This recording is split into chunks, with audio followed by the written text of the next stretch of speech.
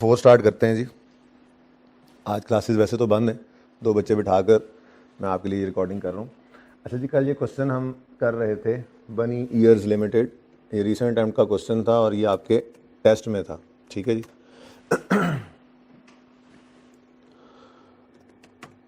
Okay अच्छा जी, इस question के अंदर मैंने दो तीन बातें की थी, जिसके ऊपर फिर R&D करने के बाद मैंने कुछ चेंजेस की हैं उस बात के अंदर जो कल हमने की थी।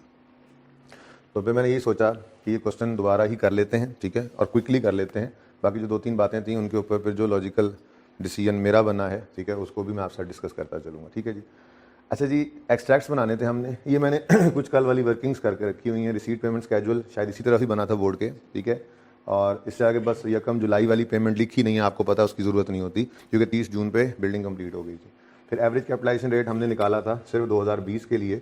उसकी वजह ये थी कि 2019 में तो लोन ही जनरल सिर्फ एक था, ऐसा ही है। उसके बाद एक्सट्रैक्ट्स बनाए थे हमने, ये मैंने खाली रखे हैं ताकि क्विकली हम इनको दोबारा बना लें और ये रिवीजन के अंदर बात आ जाए, ठीक है जी। बाकी ये कुछ वर्किंग्स हुई थी, तो ये सारी वर्किंग्स ही मैंने लिख दी हैं, क्विकली इनको डिस्कस करते चले जाएंगे, ठीक हो गया जी। सबसे पहले बात अब करते हैं, तरतीब से ही चलते हैं लैंड की। ऑन यकम यूनी 2019 government allotted a piece of land to Bell subject to conditions that Bell will establish a factory building on it. The land was recorded at its fair value of 100 million. क्या entry की थी जी हमने इसकी? Cash debit,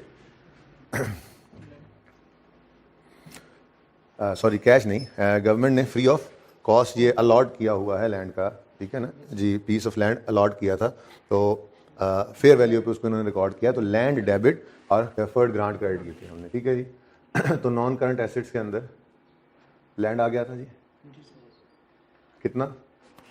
100 का, ठीक है। और उसके बाद नॉन करंट लाइबिलिटीज़ के अंदर, इसके बाद हमारे पास क्या आना है जी? एक प्लांट आना है और एक बिल्डिंग आनी है, चलो ठीक है। नॉन करंट लाइबिलिटीज़ में एक डेफर्ड ग्रांट आई थी और ये लैंड रिलेटेड ग्रांट है, तो निशानी के लिए हमने ऐसे लिख दिया। अच्छा जी, अब लैंड ने तो डेप्रिशिएट होना नहीं है, इसलिए जो 100 के ऊपर लैंड रिकॉर्ड किया ये अगले साल भी एज इट इज़ 100 पे आ जाना है, ठीक है। इसका पूरा ट्रीटमेंट कर लेते हैं, उसके बाद अगली ग्रांट पे मूव करेंगे, ठीक है। अब अगली बारी आती है ग्रांट की, जो लैंड की मद में ग्रांट आई थी और हमने उसको क्या बना लिया है? लाइबिलिटी। फिलहाल मैं इसको नॉन करंट में रख रहा हूँ, करंट में आपने कर लेना है, कोई मसला नहीं, ठीक है। अच्छा, अब ये जो लैंड की ग्रांट है, इससे रिलेटेड कल हमारे पास हमारी बहस ये हुई थी, कुछ बच्चों ने ये कहा था कि गवर्नमेंट ने बिल्डिंग बनाने के लिए ये लैंड दिया है, तो जब 30 जून 20 पर बिल्डिंग कंप्लीट हो गई है तो इसको इनकम बना लें, ठीक है। ये तो खैर हमने कंक्लूड कर लिया था कल लेकिन फिर कल जाके काफ़ी ज़्यादा रिसर्च एंड डेवलपमेंट जिसको कहते हैं वो करने के बाद मैं IS-20 को खंगालने के बाद इस नतीजे पे पहुंचा हूँ, ठीक है, कि IS-20 की जो थीम है बेसिक, वो कंडीशंस की बेस पे ग्रांट को इनकम बनाना है ही नहीं। बेसिकली IS-20 का जो थीम मेरे सामने आ रहा था, ठीक है जी, वो ये है कि मैचिंग कॉन्सेप्ट को फॉलो किया जाए। मैचिंग कॉन्सेप्ट का मतलब क्या है? ग्रांट जिस खर्चे की मद में आई है, जैसे जैसे वो खर्चा एक्सपेंस आउट हो वैसे वैसे इनकम जो है, ग्रांट जो है वो इनकम में जाए, ठीक है। मतलब कि अगर हम, बल्कि आगे जाके प्लांट में डिस्कस करते हैं, क्योंकि प्लांट में मैंने 4 साल के ऊपर उसको एमोटाइज किया था, लेकिन उसको 10 साल पे करेंगे हम। उसकी लॉजिकल रीजनिंग भी यही मैचिंग कॉन्सेप्ट था। काफ़ी टाइम लगा मुझे, खैर मैंने काफ़ी मशवरा भी किया और रिसर्च भी इस पर की। तो जो बेसिक थीम मेरे सामने जो आया गवर्नमेंट ग्रांट का, बहरहाल अच्छा हो गया, कंक्लूजन बहुत अच्छा ड्रॉ हो जाएगा हमारा। वो बेसिक थीम जो है वो मैचिंग कॉन्सेप्ट है। उसी की बेस के ऊपर हम बिल्डिंग बनने के ऊपर इस सारी ग्रांट को इनकम नहीं बना रहे, बल्कि हम ये कह रहे हैं ये ग्रांट किस खर्चे की मद में मिली थी। खर्चा ही हो गया ना, लेकिन फिक्स एसेट भी एक खर्चा होता है, बस उसको हम एक दफ़ा एसेट बनाकर आहिस्ता आहिस्ता खर्चा बना रहे होते हैं। और जो एक्सपेंस प्रॉफिट एंड लॉस में जाता है वो एकदम से खर्चा बना लेते हैं। होता तो ये भी खर्चा ही है, हमारे जेब से पैसे निकले, हमने ये एसेट खरीदा, हमारे जेब से पैसे निकले एसी खरीद के लगा दिया, अब ये एकदम से खर्चा नहीं बनाया, एक्सपेंस आउट कर रहे हैं। हमारे जेब से पैसे निकले, बिजली का बिल दे दिया, उसको एकदम से एक्सपेंस कर लिया, ठीक है ना। तो थोड़ी सी नेचर फर्क होती है। बहरहाल ये जो 100 मिलियन की ग्रांट हमने रिकॉर्ड की है, ये किसकी मद में है? ये इस फैक्ट्री बिल्डिंग की मद में, ठीक है। ये ग्रांट इस खर्चे की मद में है, बोलो। तो जैसे जैसे इस खर्चे ने एक्सपेंस आउट होना है वैसे वैसे इस ग्रांट को हम इनकम बनाते चले जाएंगे, ठीक है। तो इसका मतलब ये हुआ कि ये डेफर्ड ग्रांट जो है, जिसकी हमने एंट्री की थी 2009 में, ये एंट्री 2009 में, सॉरी 2019 में की है, एक मिनट, 2019 में हमने इसकी एंट्री की, लैंड डेबिट ग्रांट क्रेडिट, ठीक है जी। लेकिन इसमें से कुछ भी इनकम में लेकर नहीं गए, क्योंकि 2019 के अंदर बिल्डिंग बनी ही नहीं थी। जब तक वो बनेगी नहीं, कल यही काम किया था, ठीक है, जब तक बिल्डिंग बनेगी नहीं तब तक इसको इनकम में ले जाने की इजाज़त नहीं है। इसीलिए अगर आप यहाँ पर देखें तो ना तो डेप्रीसिएशन आ रही है बिल्डिंग की, फैक्ट्री बिल्डिंग की, मैं सिर्फ बिल्डिंग लिख दूँ ना, तो बोलो, ना तो फैक्ट्री बिल्डिंग की आपकी 2019 के अंदर कोई डेप्रीसिएशन आ रही है, ओके, और ना ही कोई ग्रांट आपकी इनकम बन रही है। इसलिए मैं यहाँ पर रख रहा हूँ इसको सिर्फ 2020, और इसी की रिलेटेड ग्रांट है जो ग्रांट इनकम बनेगी। अब वो ग्रांट इनकम के आगे आप लैंड लिख लो, कोई मसला नहीं, पर ये अल्टीमेटली ये ग्रांट थी तो इस बिल्डिंग की मद में ही, ठीक है ना, तो इसको भी मैं 2019 में कुछ नहीं कर रहा, बल्कि 2020 ही इसके लिए भी मैं लिख रहा हूँ, ओके। क्या मतलब, जब बिल्डिंग बनेगी और डेप्रीशिएट होगी, ठीक है, तो ये ग्रांट भी इनकम बनती जाएगी। क्लियर होगी ये बात? चले, अब ये तो कहानी होगी ख़त्म। अब अगली बात करते हैं प्लांट की।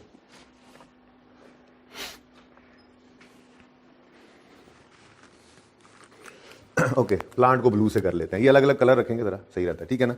अच्छा जी, प्लांट 1 अगस्त 2020 को बना बनाया खरीद लिया, टेंशन ही खत्म, ठीक है ना। लेकिन ये प्लांट जो 420, चलो पहले खरीदते हैं प्लांट को। प्लांट खरीद लिया हमने, मैन्युफैक्चरिंग प्लांट है, सिर्फ प्लांट लिख रहा हूँ, ओके। मैन्युफैक्चरिंग प्लांट किस साल में खरीदा है भाई? 2020 में, इसलिए इसका भी 19 कोई नहीं है, ठीक है, मैं सिर्फ 20 लिख रहा हूँ इस पर, ऐसे ही किया था कल। 2020 के अंदर ये प्लांट खरीदा, एंट्री करें, प्लांट डेबिट कैश क्रेडिट, कितने से? 420 से, डन, ओके। उसके बाद पॉज कीजिए, ठीक है जी, तो प्लांट खरीद लिया 420 से, प्लांट डेबिट कैश क्रेडिट, ठीक है, थोड़ा सा पॉज किया था जी वीडियो को, वीडियो नहीं कट, अच्छा। लैंड ये प्लांट डेबिट कैश क्रेडिट 420 से, अब आगे कहता है वो इधर गया, at a cost of 420 million, हाँ, rupees 240 was financed through an interest-free loan from government. The loan will be forgiven if plant is operated for at least 4 years by BEL. अब ग्रांट को रिकॉर्ड करने का criteria क्या है?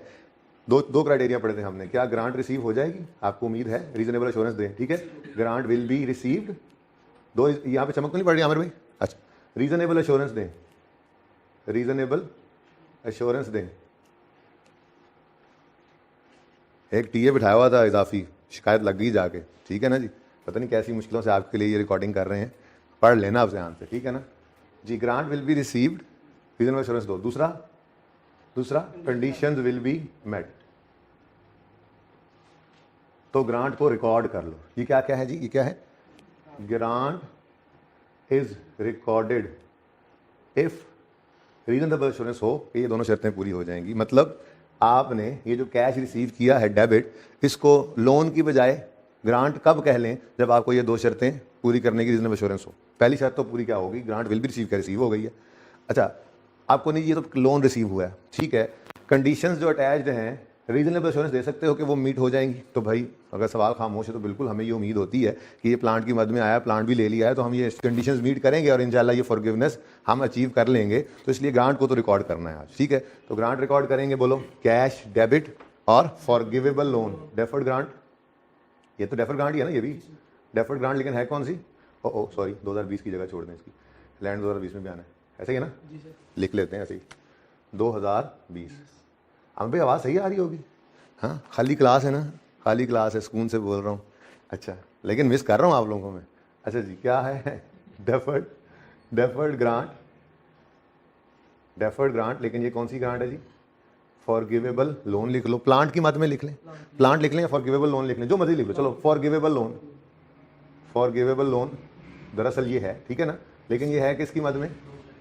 Plant की मद, ठीक है ना। ये जरा ऐसे बढ़ा के बात लिखी। अब ये किस साल में आया है?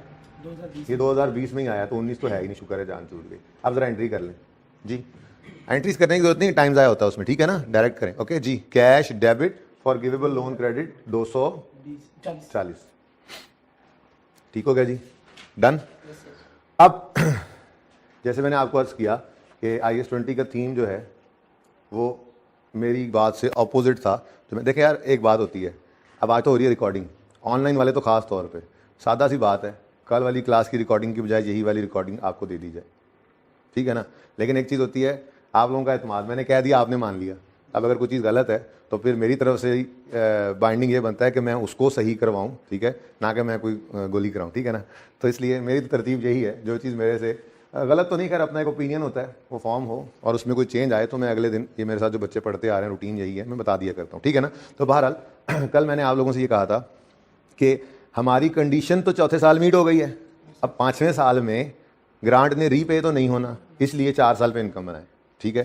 लॉजिकल तो लग रही थी बात, लेकिन जब आप लोगों में से सवाल उठे तो जहन के अंदर मेरे भी सवाल पैदा हुए। अब मैंने जाकर सीनियर से भी मशवरा किया, स्टैंडर्ड्स को भी खोल कर देखा, तो मुझे जो बेसिक थीम नज़र आया ना, उसमें कहीं पे ये देखा ही नहीं मैंने कि वो कह रहा हो कि हम कंडीशंस मीट होने पर ग्रांट बनाते हैं, यानी कि जैसे जैसे कंडीशन, बेसिक थीम ये नहीं था। बोलने के लिए बंदा बोल देता है, लेकिन मिसाल के तौर पर कोई अनकंडीशनल ग्रांट है, क्या मतलब, आप ये प्लान ले लो, ये उसके लिए पैसे ले लो, साथ गवर्नमेंट ने कोई कंडीशन नहीं लगाई, तो क्या करें, जिस दिन प्लान लिया सारी इनकम बना ले, ऐसा तो एसेट रिलेटेड ग्रांट तो फिर खत्म होगी कहानी, बात समझ रहे हो ना। लेकिन हम क्या करते थे, सवालों के अंदर नहीं लिखा होता था, सवालों के अंदर ऐसी बात रीपेमेंट वाले सवाल में पहली बार देखी थी हमने, बासित वाले सवाल में। उससे पहले तो जितनी एग्जांपल्स, इतने क्वेश्चन किए, हम कहते थे जी फलां काम करना है, ये एसेट खरीदना है, गवर्नमेंट ने कहा ये पैसे माइतों से पकड़ लो।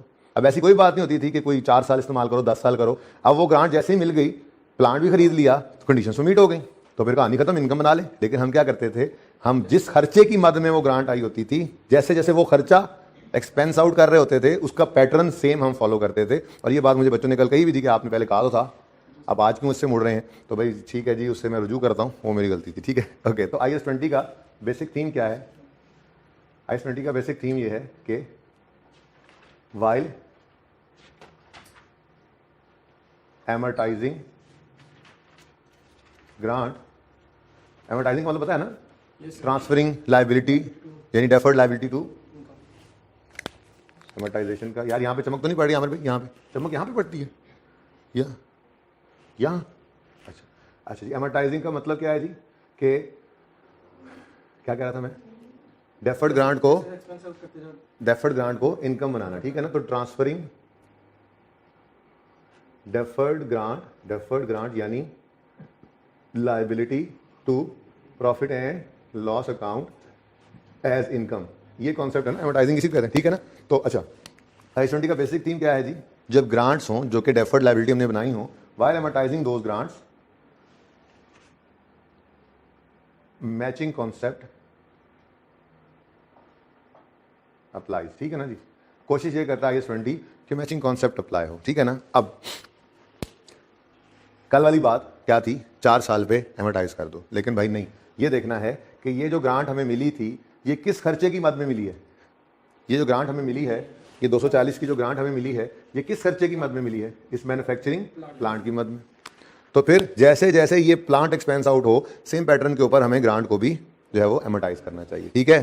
करेक्शन होगी, करेक्शन, चलो आई कैप जाने से पहले पहले हो जाना जरूरी होती है। तो क्या चीज़ कर रहे हैं हम, मैन्युफैक्चरिंग प्लांट, तो प्लांट की डेप्रिसिएशन, ये इस तरह मैंने कर दिया है, कोई मसला नहीं है, एक्सपेंस इनकम, खैर एक्सट्रैक्ट्स जो है अलग करने की जरूरत नहीं है, अलग करना हो तो कर लो, फिर ऊपर एक्सपेंसेस की एडिंग नीचे इनकम्स की, लेकिन ऐसे सही चल रहा है ना, मैंने कलर्स डिफरेंट कर लिए, आप जैसे मर्जी कर लें, ठीक है।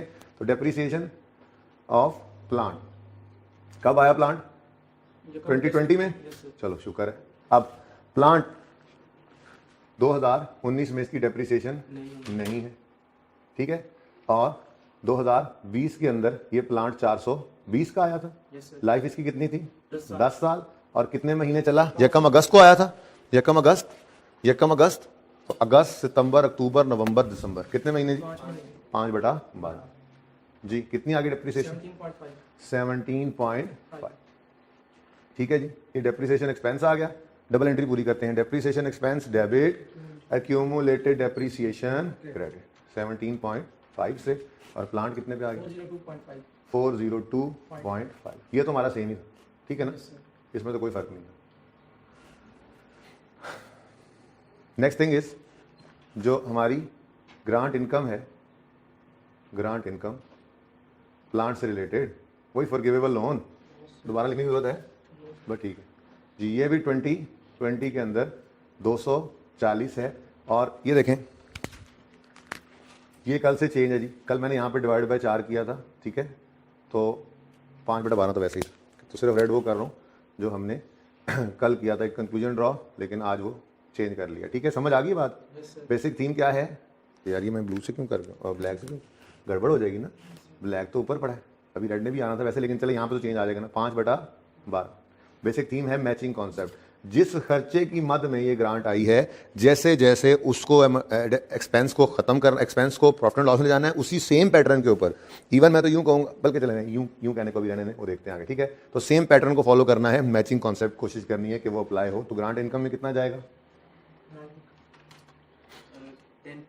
10 देख ले, 240/10, 24 आ गया इंटू 5/12, 10 एग्जैक्ट।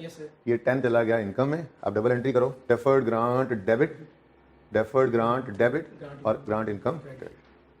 तो ग्रांट कितनी आ गई? 230। 2020 में है। अच्छा सॉरी, ये 2010 है,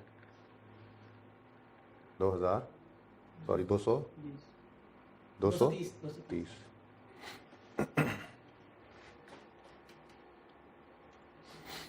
ठीक है जी।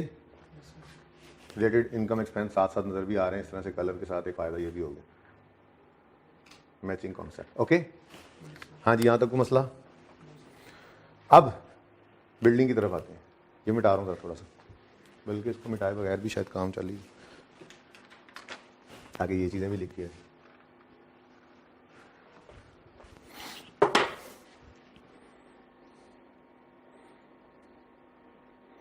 ओके जी, factory building. On Yakam March 19, Bell started construction of factory building. The construction work was completed on 30th June. Payments related to construction of factory were as follows. और ये कंस्ट्रक्शन पेमेंट्स हैं, इनको हमने acid की cost के अंदर add कर लिया था, वो काम तो कर लें। कंस्ट्रक्शन 19 के अंदर तो CWIP था ना, ठीक है। कंस्ट्रक्शन कॉस्ट, हाँ जी बताएंगे जरा कौन कौन सी थी? 130 प्लस 190 टोटल 320। ये वर्किंग है, वहाँ पे ऊपर लिख लेना आपने, रुपीज़ इन 1000 मिलियन जो भी है, ठीक है। 320 डन जी। उसके बाद अगली चीज़ हमें चाहिए थी बोरिंग कॉस्ट कैपिटलाइज्ड, और फिर हमारे पास टोटल फिगर आ जानी, ऐसे ही है। ओके, तो यहाँ पे थोड़ी सी गुंजाइश बनाते चले।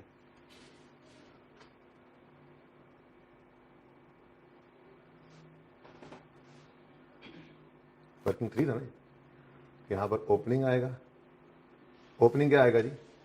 ये एज इट इज, ठीक है ना, इसको भूलना नहीं है। और उसके बाद फिर हमने कंस्ट्रक्शन कॉस्ट्स लिख लेनी है। जो आसान काम हो तो कर लें, डिस्कशन वाला नहीं है। जो कल से चेंज है बस उसी को देखेंगे जी। 180 प्लस 100 280 आ गया, ठीक है। ठीक है जी। उसके बाद यहाँ पे भी क्या आएगा जी? Boring cost capitalised, okay. और ये वर्किंग 5 वाली होगी, और फिर हमारे पास यहाँ से एसेट की बिल्डिंग की कॉस्ट आ जाएगी। असल में जगह बनाना चाह रहा था मैं, इसलिए ये लिख किया चीज़ें। Borrowing cost to be capitalised. Working सारी ब्लैक में, सिर्फ प्रेजेंटेशन यहाँ पे ना मैंने इस तरह से कर देंगे, ठीक है ना, okay. Borrowing cost to be capitalised 2019, ज़रा यहाँ पे जगह खुली डुली हो, ओके सही है जी। अब रह गया बस बोरिंग कॉस्ट का कॉन्सेप्ट, ओके सही है। अच्छा जी, अब आते हैं वापस। रिसीट पेमेंट्स स्केड्यूल हमने बना लिया था कि जी ये 4 पेमेंट्स हुई हैं, और फाइनेंस किया हमने इस प्रोजेक्ट को एक गवर्नमेंट ग्रांट से, ठीक है, जो यकम फरवरी को आई थी, और अनयूज्ड फंड्स को हमने इन्वेस्ट किया था और इनकम कमाई थी, ठीक है। अच्छा, रिसीट पेमेंट बनाया था, स्पेसिफिक लोन कोई नहीं था, ठीक है। गवर्नमेंट ग्रांट यकम फरवरी को आई, ग्रांट रिसीव 200 का बैलेंस इन्वेस्ट होगा यकम फरवरी 19 को। यकम मार्च तक ये पूरा इन्वेस्टेड रहेगा, फिर 130 की पेमेंट के बाद ये 70 रह जाएगा, और ये 70 इन्वेस्ट होगा यकम मार्च को। मार्च, अप्रैल, मई, जून, जुलाई, बस 5 महीने, ठीक है। तो 1 महीना इस 200 ने इन्वेस्टेड रहना था, ऐसे ही किया था ना, और 5 महीने इस 70 ने इन्वेस्टेड रहना था, ठीक है। अच्छा, अब यहाँ पे दूसरी लड़ाई, यहाँ पे मैंने कुछ इस तरह की बात की थी कि investment income from government grant, ऐसे ही है बोलो। और जो 70 था इंटू 5/12, सॉरी 70 इंटू 8% इंटू 5/12 कितना आया था? 2.3। मैंने कहा था इसको माइनस कर देंगे, ठीक है। उसके बाद अगली बात चलें देख लेते हैं, ठीक है। अगली बात आई थी यहाँ पर, चलें वो जनरल लोन की तरफ चले गए, पहले फ़र्क की बात कर लें। अब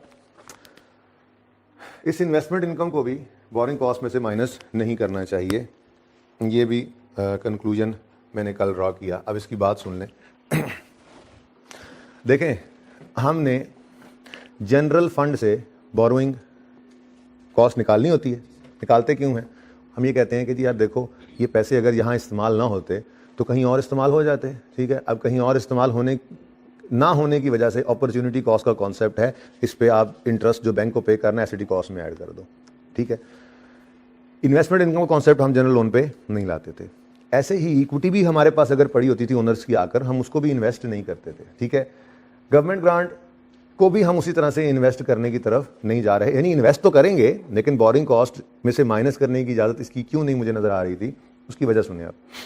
देखिए, मिसाल के तौर पे हमारे पास घर में कुछ बचपन से पैसे इकट्ठे किए थे हमने कि हम ये बिल्डिंग बनाएंगे, ये पैसे भी पड़े हुए थे, ठीक है। अब ये पैसों के ऊपर क्या कॉस्ट पे कर रहे हैं हम?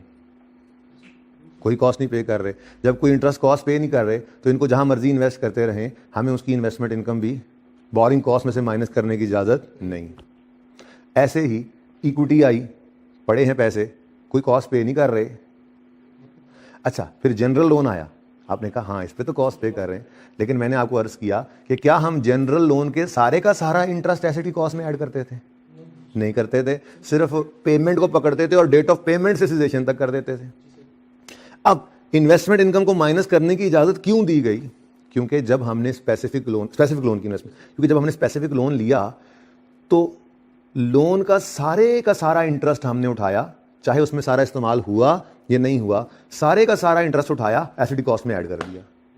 जब उसका सारा इंटरेस्ट एसिडी कॉस्ट में ऐड हो गया तो फिर IAS 23 ने ये गुंजाइश दी। IAS 23 को खंगालने के बाद मुझे ये पता चला, ठीक है ना, ठीक है भाई, उस्ताद भी सीख रहा होता है, ठीक है ना। IAS 23 को खंगालने के बाद इसी नतीजे पहुंचा कि जो बात पहले की हुई थी कि भाई किसी और चीज़ के ऊपर इन्वेस्टमेंट का कॉन्सेप्ट नहीं है, वो जनरल लोन पे भी नहीं लगता था, वो इक्विटी पे नहीं लगता था। आज पता लग गया हमें कि वो गवर्नमेंट ग्रांट पे भी नहीं लगेगा। इन्वेस्टमेंट इनकम को माइनस करने की इजाज़त की शक्ल सिर्फ यही बनती है कि जब हमने लोन लिया, उस लोन का पूरा इंटरेस्ट, सारे का सारा इंटरेस्ट एसिड कॉस्ट में ऐड किया। तो इसी वजह से ये प्रोविजन स्टैंडर्ड ने हमें दी कि फिर इस स्पेसिफिक लोन में से अगर कोई सरप्लस बचा है, क्योंकि आपने इसका पूरा लोन कहीं और नहीं रखा, सारे का सारा एसिड कॉस्ट में ऐड किया है लोन का इंटरेस्ट, तो फिर इसकी सरप्लस की अगर इन्वेस्टमेंट आपने की है और वो इन्वेस्टमेंट पे इनकम आई है, तो सिर्फ उस इनकम को एसिड की कॉस्ट में ऐड करने वाले इंटरेस्ट में से माइनस कर दो, यानी नेट कर लो। इसके अलावा हमने कहा जनरल लोन, उसने कहा जनरल लोन का सारा इंटरेस्ट तुमने एसिड कॉस्ट में ऐड किया है? नहीं किया, तो फिर उसकी अगर उसको इन्वेस्ट कहीं करते भी हो तो हमें उसकी परवाह नहीं है। भाई इक्विटी की आपने कॉस्ट ऐड की थी, भाई वो तो बोरोइंग ही नहीं थी। बल्कि इसको इस तरह से ज्यादा अच्छा याद रखा जा सकता है कि जैसे मैंने कहा था, जब इक्विटी बोरिंग ही नहीं है तो उसकी कॉस्ट बोरिंग कॉस्ट भी नहीं, ग्रांट भी बोरोइंग नहीं है तो इसकी बोरिंग कॉस्ट थी नहीं, इन्वेस्टमेंट इनकम भी नहीं होनी चाहिए थी। General loan is a borrowing, लेकिन उसमें मसला क्या था, हम पूरा लोन उठाकर इंटरेस्ट, पूरे लोन का इंटरेस्ट सारे साल का एसिडी कॉस्ट में ऐड करते नहीं थे, इसलिए उसकी इन्वेस्टमेंट इनकम माइनस करने की इजाजत नहीं थी। तो ले दे के रह गया क्या? स्पेसिफिक लोन चूंकि सारे का सारा, एक तो बोरोइंग भी है, दूसरा उसका सारा इंटरेस्ट हमने उठा के एसिड कॉस्ट में ऐड किया हुआ था, तो फिर सिर्फ उसके सरप्लस फंड्स की इन्वेस्टमेंट इनकम को एसिड कॉस्ट में से माइनस करने की इजाजत थी। आप उसको इनकम मत बनाओ, एसिड कॉस्ट में से माइनस कर लो। तो कंक्लूड होगी बात। इसका मतलब ये जो इन्वेस्टमेंट इनकम हमने निकालनी है, चाहे 1 महीने की है चाहे 5 महीने की, ये सारी की सारी कहां जाएगी? इनकम के अंदर, ठीक है जी। तो बिल्डिंग की बारी शुरू हो गई है, बोलो। और बिल्डिंग के ऊपर ग्रांट आई थी, तो यहां पर लिख लेता हूं रेड से, इन्वेस्टमेंट इनकम, इन्वेस्टमेंट इनकम। अब इन्वेस्टमेंट इनकम जो है वो ग्रांट वाली, सरप्लस ग्रांट वाली, सरप्लस ग्रांट इन्वेस्टेड, अब आगे जगह नहीं बची, ठीक है ना।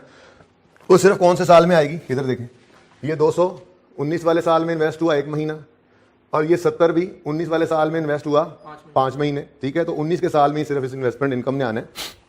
तो 2019, इधर देखो, सब बच्चे इधर देखो, सब क्या 2 ही हैं, 2 बच्चे इधर देखो, आप भी इधर देखो। अच्छा जी, कितना 200 8% पे इन्वेस्टेड रहा इंटू 1/12 प्लस बाकी का 70 भी 8% पर रहा 5/12. 5/12। आंसर बताएं। 3.67. 3.67 3.7 कर लें, Yes, 7 कर लें। लेकिन अगले साल में इसमें से कोई ग्रांट कोई इन्वेस्टमेंट ग्रांट की हुई नहीं, तो फिर यहाँ पर इनकम भी नहीं आएगी। ठीक है जी, तो भाई इसको समझ में आ गया यहाँ से क्यों नहीं हमने क्यों निकाल दिया हमने इसको। ठीक है, चलो डन। चलिए अच्छा हो गया ना जी, एक दिन ऐसे बात होगी। अच्छा, गोली कराना बड़ा आसान होता है। गोली कराना ये था, आपने ऐसा सोचा नहीं जैसे मैंने बताया था, आपको यूँ सोचना चाहिए था भाई, लेकिन नहीं, जो मैंने सोचा था वो मैंने कल बताया और फिर आज की रिसर्च के बाद मैंने ये बताया। ठीक है, तो जो आपका एतमाद मेरे पे होगा वो क्या है, आंखें बंद करके आपने मान लिया, ये बहुत बड़ी लायबिलिटी डाल देता है बंदे के ऊपर। तो अगले दिन फिर मुझे भी उस एतमाद को इसी तरह से ही प्रेजेंट करना चाहिए कि भाई ये देखो, ये मैंने गलता किया था तो इसको सही कर लिया। ठीक है, ओके। अच्छा जी, अब जी कहानी अब तो आसान होगी, तो कुछ बचा ही नहीं। हाँ भाई, borrowing cost to be capitalise 120 किस दिन पेमेंट हुई है, किस दिन पेमेंट हुई है, 1 अगस्त को। लेकिन 19 के अंदर सिर्फ 12% था, 19 के अंदर एवरेज कैपिटलाइजेशन रेट नहीं है। ठीक है ना, तो ये 19 के अंदर 120 जो है वो 12% के हिसाब से अगस्त, सितंबर, अक्टूबर, नवंबर, दिसंबर 5 महीने, ये ऐसे ही किया था हमने। 5 महीने की बोरिंग कॉस्ट हमने ले ली थी यहाँ पर। तो interest expense on general loans, और एक ही था, एक ही पेमेंट आई थी, कितनी है बोलो, 120. 120 into 12% into 5/12, answer is 6। Yes, sir. अब इधर देखो, ये 6 ही टोटल है बस। Yes, sir. ठीक है ना, कल नेट कर दिया था इसको मैंने। अच्छा, अल्टीमेटली बात वहीं पे पहुंच जाती है, अगर ये एसेट की कॉस्ट में से माइनस हो जाता, बिल्डिंग कम हो जाती, बिल्डिंग कम हो जाती तो इधर डेफिनेट एक्सपेंस बिल्डिंग का कम आता। यहाँ पे वो बिल्डिंग अब 2.3 से बढ़ गई तो एक्सपेंस बढ़ जाएगा, लेकिन दूसरी तरफ हमने इनकम इधर ही ले ली है। तो अल्टीमेटली फर्क कोई नहीं पड़ता है, आपको पता ही है। लेकिन बहरहाल रॉन्ग इज रॉन्ग। ओके, चलो जी, जगह इंप्रूव होती जा रही है। बोरिंग कॉस्ट अगले वाले साल की यहाँ पर निकाल लेंगे, borrowing cost to be capitalise. अच्छा, अगली क्लास में जाकर मैंने एंड पर ये चीज़ सही करवाई थी, यहाँ पे आप लोगों ने गौर नहीं किया, तो उस पर वो बात भी बताता हूँ। लेकिन फिलहाल इसको तो पूरा कर लें। 6 ऐड होगा वर्किंग फोर्स से, और ये बन जाएगा 326। ये 326 इस वक्त कैपिटल वर्क इन प्रोग्रेस है।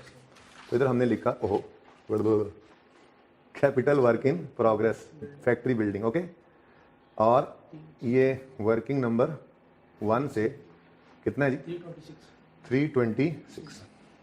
लेकिन अगले साल बिल्डिंग पूरी हो जानी है। अब एंट्रीज क्या करनी है, एंट्रीज करनी है तो कर लो। जितना कंप्लीट होने पर 30 जून पे सारा इकट्ठा होगा, उसको सीरियल क्रेडिट करके बिल्डिंग में डेबिट करना ही है ना। तो बस ठीक है, यहाँ पर कुछ भी नहीं आ रहा, क्योंकि 20 में बिल्डिंग बन गई थी ना, कुछ प्रोग्रेस में नहीं पड़ा। ठीक हो गया, आगे बढ़ते हैं। अगली बात मैंने आपको ये मत भूलना, इतनी कॉस्ट तो लग चुकी है इस पर, 326। ठीक है, अब रहेगी वर्किंग 5 में इस साल की बोरिंग कॉस्ट निकालना। तो इधर आए हम और हमने पकड़ा, इधर देखो, हमने पकड़ा इसको, और इसको कहाँ तक लेकर आए, 30 इसको लेकर आए 30 जून 2020 तक। ठीक है, ये तो आपने कर दिया बिल्कुल ठीक, 180।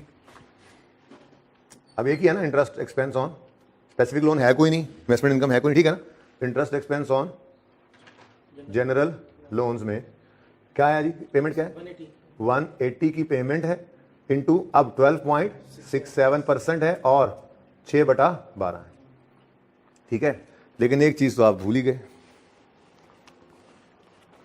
जो अगली क्लास के अंदर हमें याद थी, हमने सही कर लिया था। आज क्लास में टाइम खत्म हो गया तो जाते थे, बस ये बात ऐसी ही निकल गई।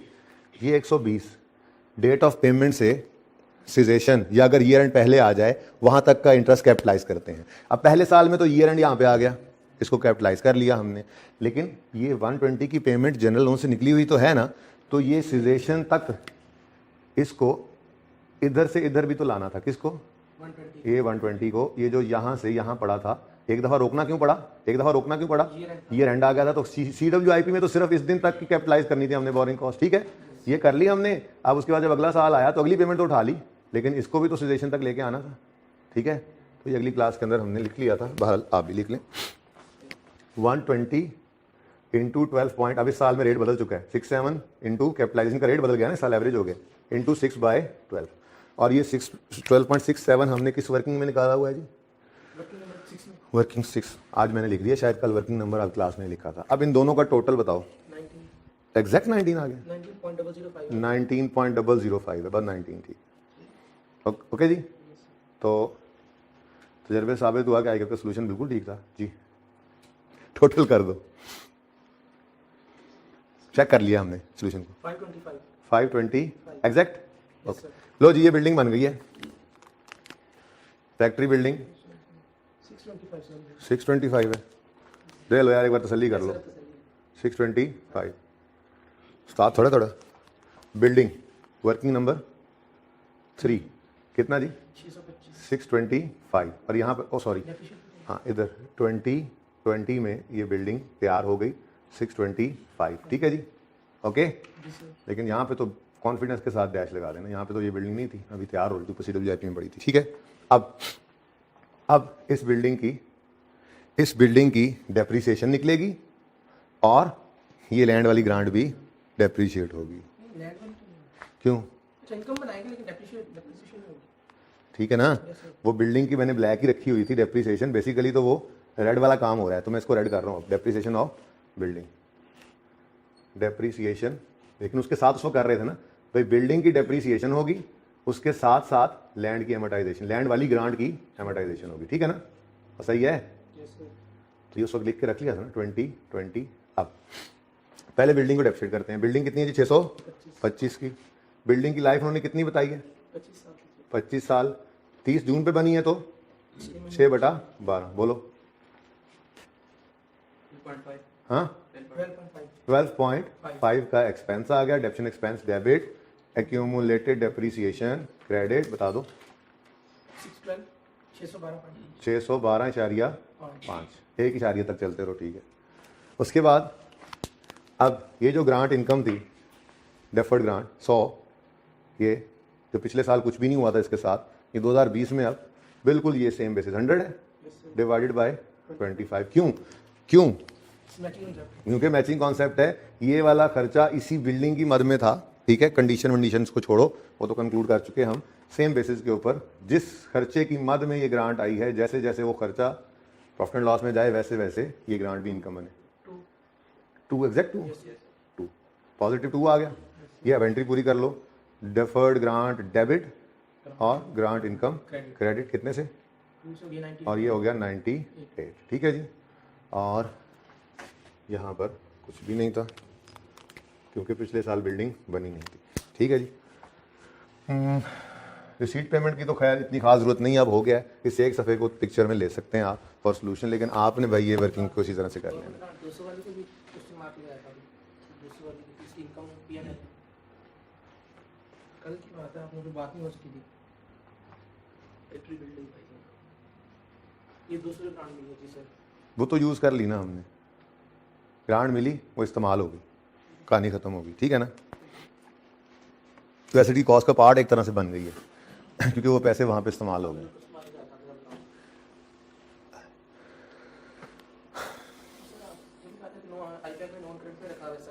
हाँ, तो उसको आप कर सकते हो करंट नॉन करंट में। देखो, हाँ देखो, आप कर लो।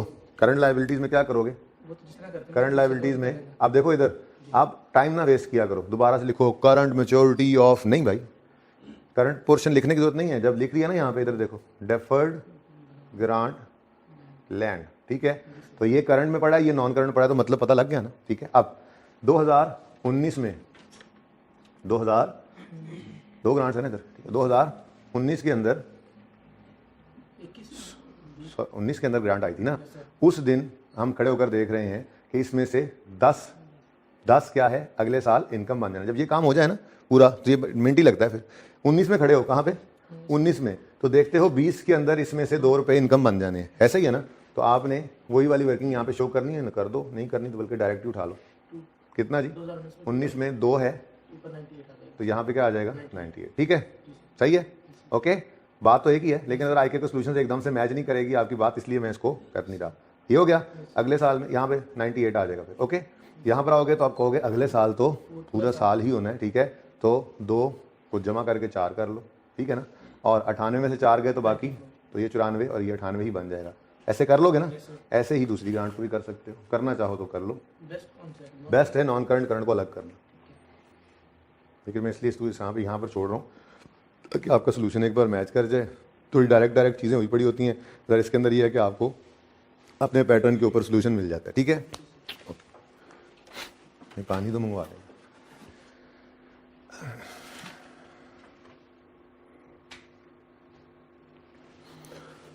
अच्छा जी, अच्छा भाई अब ऐसा है, ये गवर्नमेंट असिस्टेंस की बात थोड़ी सी हुई थी, डेफिनेशंस पढ़ी थी सारी आप लोगों ने?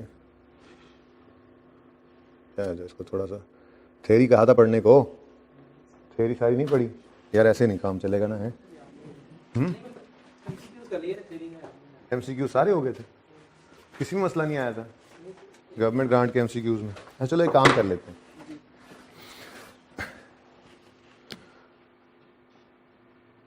होमवर्क के अंदर आज आप इंश्योर कर लें कि एमसीक्यूज IAS 36 के, IAS 23 के, IAS 40 के और IAS 20 के, IAS 16 के अलावा इन 4 के एमसीक्यूज मुख्तलिफ मौके पे मैंने डिस्कस भी किए और होमवर्क में भी देता रहा। आप लोगों ने इंश्योर कर लेना है कि ये जितने एमसीक्यूज हैं हर एक एमसीक्यू आप कर लें, क्योंकि आज कोई नया होमवर्क मैं नहीं दे रहा, ठीक है ना। तो उसके बाद फिर देखेंगे 16 के साथ क्या करना है, ठीक हो गया। अच्छा अब इस चैप्टर के अंदर गवर्नमेंट असिस्टेंस की थोड़ी सी बात की थी। देखें ग्रांट के बारे में डिस्क्लोजर्स देने हैं और असिस्टेंस के बारे में भी डिस्क्लोजर्स देने हैं, ठीक है। ग्रांट के डिस्क्लोजर्स क्या हैं? ग्रांट के डिस्क्लोजर बड़े सादा से हैं, 3 डिस्क्लोजर्स देने हैं। इधर देखो, आपकी अकाउंटिंग पॉलिसी क्या है, ग्रांट्स से रिलेटेड आपकी अकाउंटिंग पॉलिसी क्या है। हम कहेंगे जी ये 2 शर्तें पूरी हो जाएं तो हम ग्रांट रिकॉर्ड कर लेते हैं, स्टैंडर्ड वाली, ठीक है। आपका प्रेजेंटेशन मेथड क्या है फाइनेंशियल स्टेटमेंट्स में, क्या मतलब है, अगर एसेट वाली है तो अलग रखते हो या एसेट से नेट करते हो, अगर इनकम रिलेटेड है तो अलग से इनकम शो करते हो या एक्सपेंस से नेट करते हो। एक डिस्क्लोजर तो ये हो गया, अकाउंटिंग पॉलिसी और प्रेजेंटेशन इन फाइनेंशियल स्टेटमेंट्स, ठीक है। दूसरा, गवर्नमेंट की जो ग्रांट है उसके साथ कंडीशंस अटैच होती हैं, ठीक है। अगर कोई अनफुलफिल्ड कंडीशंस हैं तो वो कंडीशंस भी बता दो, ठीक है। और बता दो एक्सटेंट क्या है, ग्रांट नेचर बता दो, ठीक है। तो disclosure related to government grant, ये 3 डिस्क्लोजर्स हैं। अगर आप गौर से देखें पेज नंबर 217 के ऊपर, इतनी ही बात सिर्फ याद रखनी है। पेज नंबर 217 ओपन कर लें सारे। पहली बात तो ये कि ये ग्रांट अगर आ गई है, ठीक है, और आपसे पीपीई का नोट मांग लेता है, तो पीपीई के नोट के अंदर आ जाओ भाई आ जाओ, पीपीई के नोट के अंदर आप सब नोट के अंदर जो ग्रांट है, आप ये जैसे गिवन थी ग्रांट, ठीक है, तो आप उसकी ये 3 बातें बता देंगे, ओके। नंबर अच्छे खासे होते हैं, 18-20 नंबर का जज़ाकल्लाह भाई, 18-20 नंबर का सवाल होता है, ठीक है, ओके। अच्छा बताना क्या कुछ है, अब ये लंबी अंग्रेजी याद रखने की बजाय जितनी मैंने 3 बातें जैसे कही हैं वैसे ही याद रखनी है आपने। पहली बात ये देखो, अकाउंटिंग पॉलिसी और method of presentation in financial statements, एक हो गया। दूसरा नेचर एंड एक्सटेंट। तीसरा अनफुलफिल्ड कंडीशंस या कंटिंजेंसीज। कंटिंजेंसी कहते हैं कि जी को खतरा मंडला रहा है, हमें गवर्नमेंट ने कहा था कि 5 साल तक ये प्लांट चलाना है, दूसरे साल के एंड पे खड़े हैं, लेकिन यार ये जो हालात है ना ये बड़े ख़राब हैं, आजकल तो स्मॉग आई हुई है, तो हम जो काम करते हैं उसमें तो भाई धुआं बहुत इमिट करती है हमारी फैक्ट्री, तो हो सकता है कि हमारे पक्की पक्की पाबंदी लग जाए, पक्की ऐसी मिसाल ले रहा हूँ, ठीक है ना। तो कंटिंजेंसी आ गई, ठीक है, कि अगर हो गया ना कि पाबंदी लग गई तो फिर हम यूज़ नहीं कर सकेंगे, कंटिंजेंसी है, ठीक है ना। तो बस बहरहाल इतनी बात याद है जी, जाहिर है, और आप क्या कहाँ जाएंगे आप कंटिंजेंसी ढूंढने, ठीक है। तो भाई डिस्क्लोजर है गवर्नमेंट ग्रांट के सिर्फ 3। थ्योरी इंश्योर कर लेना, जो ये जो है ना डेफिनेशन वगैरह एक नज़र पढ़ लो, ठीक है ना। अच्छा गवर्नमेंट ग्रांट के 3 डिस्क्लोजर्स हैं, कौन कौन से जी? अकाउंटिंग, इधर नहीं देखना, बुक पे नहीं देखना, अकाउंटिंग पॉलिसी और method of presentation financial statements. दूसरा nature and extent of government grant. तीसरा एनी अनफुलफिल्ड कंडीशंस या कंटिंजेंसीज, ठीक है, बस कहानी खत्म। उसके बाद अगली बात है गवर्नमेंट असिस्टेंस की। ये डेफिनेशन पढ़ना समझ तो बहुत मुश्किल से आएगी, लेकिन मैं आपको आसान अल्फाज में समझा देता हूँ। देखो ग्रांट ये असिस्टेंस की डेफिनेशन तो रिप्रोड्यूस नहीं ना करवाता, अब होती क्या ये सुन लो और करना क्या। बात नहीं है कि आपकी क्लास में, ठीक है, हाँ दूसरी गुलबर्ग वाली क्लास में शायद होगी थी। बहरहाल गवर्नमेंट असिस्टेंस क्या है, गवर्नमेंट ने एक एक्सपर्ट को भेजा, आपको उसने कुछ मुफीद मशवरे दिए जिससे आपको बहुत फ़ायदा होगा, महीना 2-3 महीने के लिए भेज दिया उन्होंने, ठीक है। आपके कारोबार का आप जिस कारोबार में थे उस कारोबार का गवर्नमेंट के पास एक्सपर्ट्स की टीम होती ही है हर डिपार्टमेंट के अंदर, ठीक है। अगर सही तरह से वो डिपार्टमेंट के अंदर एक्सपर्ट्स रखे गए हों तो हर शोबे के लिए जो बेस्ट प्रोफेशनल्स होते हैं, जाहिर है गवर्नमेंट है उन्होंने वो हायर किए होते हैं, तो गवर्नमेंट के पास प्रोफेशनल्स मौजूद होते हैं, ठीक है, एक्सपर्ट्स मौजूद होते हैं। तो आप जिस बिजनेस सेक्टर के अंदर थे उस बिजनेस सेक्टर से रिलेटेड एक्सपर्ट्स को गवर्नमेंट ने, क्योंकि गवर्नमेंट तो ये चाहती है कि इकॉनमी जो है वो बेहतर हो, हालात बेहतर हो अगर चाहे तो उन्होंने आपके सेक्टर से रिलेटेड एक्सपर्ट को भेजा, उसने आके आपको कुछ अर्सा आपके साथ गुजारा, आपको कुछ अच्छे मशवरे दिए जिससे आपको बहुत फ़ायदा हुआ। अब ये गवर्नमेंट की तरफ से फ़ायदा तो आपको मिला है, लेकिन आप इस फ़ायदे को कोई मॉनेटरी वैल्यू असाइन नहीं कर सक रहे। बात समझ रहे हैं कि जी इतने पैसों का, इतने रुपयों का, मशवरे दिए हैं बस, उससे हमें फ़ायदा हो गया। क्या क्या फ़ायदा हुआ है समझ तो नहीं आ रही, क्या फ़ायदा, मतलब क्वांटिफाई नहीं कर सकते ना। गवर्नमेंट ने 50 रुपये दे दिए, नज़र आ रहा है 50 आ गए, मॉनेटरी वैल्यू आ गई, अकाउंटिंग कर ली। गवर्नमेंट ने एक्सपर्ट भेजा, उसने मशवरे दिए हैं, फ़ायदा हो गया, क्या एंट्री करें? नहीं हो सकती एंट्री। तो गवर्नमेंट असिस्टेंस है, ग्रांट नहीं है। गवर्नमेंट असिस्टेंस है गवर्नमेंट की तरफ से आने वाली हेल्प ही है। ये भी ग्रांट भी क्या है? गवर्नमेंट की तरफ से आने वाली हेल्प, लेकिन उसको मॉनेटरी वैल्यू साइन की जा सकती थी। और असिस्टेंस क्या है? गवर्नमेंट की तरफ से आने वाली हेल्प ही है, लेकिन उस हेल्प को मॉनेटरी वैल्यू साइन नहीं कर सकते, लेकिन फ़ायदा आपको हुआ है। अब क्या करें? यूज़र को लिख के बता दें, ठीक है? 3-4 बातें सिर्फ यूज़र को लिख के बता दें। वो 3-4 बातें क्या हैं जी? बड़ी सादा सी 3-4 बातें हैं। नेचर एंड बिल्कुल nature of assistance, extent of assistance and duration of assistance. जी उन्होंने एक आईटी एक्सपर्ट भेजा था, ठीक है जी, और उसने आके हमें नेटवर्किंग के मशवरे दिए और वो 3 महीने तक हमारे पास बैठा रहा। Now this is disclosure of assistance, कहानी खत्म, ठीक है ना? बात समझे हो? असिस्टेंस की वैल्यू बता दे कि तो फिर वो ग्रांट बन जाएगी ना, असिस्टेंस नहीं रहेगी भाई। फिर वो तो ग्रांट बन गई, वो असिस्टेंस कहाँ से रहेगी? ठीक है ना? सादा सी बात है। गवर्नमेंट ने ही आपको असिस्ट किया पैसे देकर, असिस्ट ही था, वो भी मॉनेटरी वैल्यू होती, हमने कहा गवर्नमेंट ग्रांट है, अकाउंटिंग कर दी भाई, तो आशा अकाउंटिंग की, ठीक है ना? उसके अंदर हमने देखा नॉन मॉनेटरी ग्रांट थी, फेयर वैल्यू पे रिकॉर्ड करके अकाउंटिंग सीख ली, मॉनेटरी थी एसेट रिलेटेड देख रहा, एक्सपेंस रिलेटेड देख लिया, फॉरगिवेबल लोन था, अकाउंटिंग देख ली। जहाँ पे मनी इन्वॉल्व हो जाता है हम ग्रांट कह के अकाउंटिंग करना हमें आती थी। गवर्नमेंट ने ही हेल्प की, लेकिन मॉनेटरी वैल्यू असाइन नहीं हो सकती। अब क्या करना है? डिस्क्लोजर इसका देना है। डिस्क्लोजर में क्या बताना है कि जी नेचर क्या थी असिस्टेंस की, एक्सटेंट क्या था असिस्टेंस का, और ड्यूरेशन कितना था, अल्लाह और खैर सल्ला, ठीक है जी। तो इस चैप्टर में मेरी तरफ से तो अब कुछ नहीं रह गया गवर्नमेंट ग्रांट के अंदर, ठीक है। ऐसे ही IAS 40 इन्वेस्टमेंट प्रॉपर्टी के अंदर भी मेरी तरफ से कुछ नहीं रह गया। ऐसे ही IAS 36 इम्पेयरमेंट में मेरी तरफ से कुछ नहीं रह गया। ऐसे ही IAS 23 के भी डिस्क्लोजर्स करा दिए थे हयात इंडस्ट्रीज़ वाले सवाल में, ठीक है ना? वो जो टेस्ट में आया था नोट का सवाल, मेरी तरफ से IAS 23 में भी अब कुछ नहीं रह गया। और ये टेस्ट के 2 सवाल डिस्कस करने के बाद तो वैसे ही इस पूरे बंच में से अब कुछ भी नहीं रह गया डिस्कस करने वाला इंशाल्लाह, ठीक है। IAS 16 तो पहले ही हम कंप्लीट कर चुके थे, लेकिन काम ज़्यादा ना हो जाए इसलिए IAS 16 को अभी मैंने MCQ नहीं दी। और एक MCQ IAS 16 के ना देने की वजह एक ये भी है कि IAS 16 के डिस्क्लोजर सिर्फ आपको भी नहीं पढ़ाए हुए, सिर्फ सुस्ती है और कुछ भी नहीं है। और बल्कि यार आज तो वेले ही बैठे हैं, मैं डिस्क्लोजर भी पढ़ा देता हूँ। IAS 16 के डिस्क्लोजर्स पढ़ लो, उसके MCQs भी लिख देता हूँ, ठीक है। क्योंकि अब आगे आ रही है छुट्टी, कोई नया होमवर्क नहीं, ये बंच आज हो रहा है पूरा, ठीक है। नया टॉपिक देखते हैं, टाइम एंड पे बचा तो कोई एक नया टॉपिक IAS 1 या करेक्शन ऑफ एरर में से कोई एक। मैं अभी ये जब डिस्क्लोजर करा के ना पॉज लूँगा थोड़ी देर, फिर मैं बैठ के सोचूंगा, क्योंकि आज तो क्लास वेली है, ठीक है। मैं इन दोनों में से कोई एक शुरू करवाना हो तो उसकी बुनियाद डाल दूंगा। करेक्शन ऑफ एरर वही रेक्टिफिकेशन है जो इंट्रो के अंदर आप पढ़ के आए हैं, ठीक है। लेकिन चूंकि चैप्टर आई के अपने एडिट उठा के यहाँ डाल दिया है तो पढ़ना पड़ेगा, जाहिर सी बात है। वो जिस तरह से आप खप के वहाँ पढ़ते थे वैसा नहीं करना पड़ेगा। हाँ, लेकिन मुझे ये महसूस हो रहा है कि मुझे बैड डाउटफुल डेट की थोड़ी सी रिवीजन करानी पड़ेगी। इंट्रो में तो आपने हफ्ता लगाया था, लेकिन यहाँ पे हम 20-25 मिनट के अंदर उसको रिवाइज कर लेंगे। एक्रूअल बेसिस अकाउंटिंग में आपने 3-4 दिन लगाए थे, यहाँ पे 20-25 मिनट लगा के हम उसको रिवाइज कर लेंगे। BRS में आपने 10-12 दिन लगाए थे, हम उसको यहाँ पे 10-15-20 मिनट लगा के अपने मतलब की रिवीजन कर लेंगे।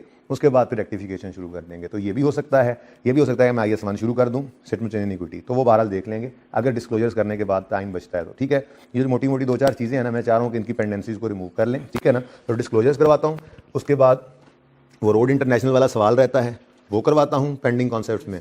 उसके बाद सम ऑफ ईयर डिजिट मेथड की डेप्शन रहती है, वो करवाता हूँ। तो आज जो है ना पेंडेंसी सारी रिमूव कर देते हैं, ठीक है, ताकि ये जो बंच है ना हमारा 5 टॉपिक्स का, ये हर तरह से हमारा कंप्लीट हो जाए, ठीक है ना। और ये बंच कोई इसको हल्का नहीं लेना आपने, ठीक है। मैं आपको ज़रा एक आपको ज़ियारत कराता हूँ ICAP के सिलेबस की।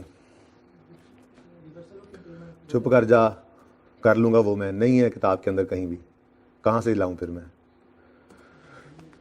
हाँ, वो पेंडिंग मैंने इसीलिए लिखवाए हुए हैं कि भाई वो होने चाहिए आपके पास। इधर देखें जी,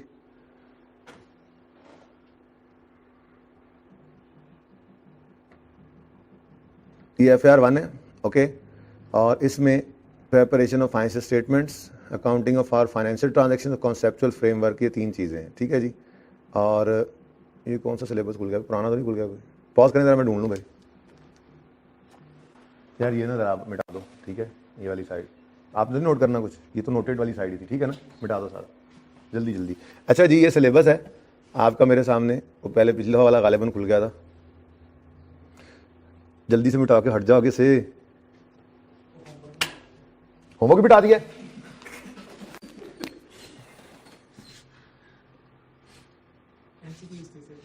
MCQs करने हैं IAS 36, IAS 23, IAS 40। चलो भाई भाग जाओ अब यहाँ से साइड पे, जो भाई कैमरा वाले कह रहे हैं। IAS 40, IAS 20, अभी फिलहाल यही थे, ठीक है। IAS 16 भी हो सकता है। अच्छा इधर देखें, अब ये आपका सिलेबस है जी।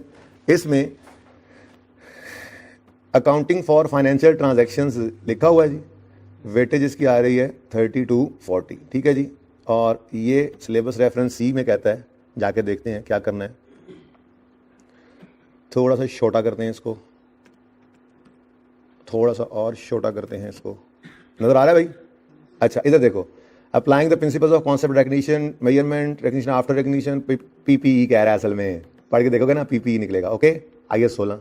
फिर applying principle concept of accounting and disclosures of government grant and other assistance and loans, ठीक है ना। सब्सिडाइज या फॉरगिवेबल। सब्सिडाइज कौन से होते हैं? जिन पे इंटरेस्ट कम रेट पे मिल जाता है, सब्सिडाइज लोन। और फॉरगिवेबल लोन तो हमने पढ़ा ही है, ठीक है, ओके। ये मैं सिर्फ गवर्नमेंट ग्रांट को निशान लगा देता हूँ, बाकी सारी चीज़ें तो थी इसी के अंदर, ठीक है ना। तीसरी चीज़ है बोरोइंग कॉस्ट।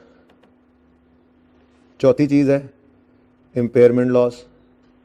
अगली बात मुझे पता है, ये रिवर्सल, ये मैंने आईकेएफ से क्लैरिफिकेशन, नहीं आपका मसला नहीं मेरा मसला है, कहेंगे तो पढ़ा दूंगा। अब इतना कुछ पढ़ लिया तो ये भी पढ़ लांगे, कोई मसला नहीं है, ठीक है। Next investment property. हाँ जी, कितने टॉपिक्स हैं? 5। यही 5 टॉपिक्स हैं।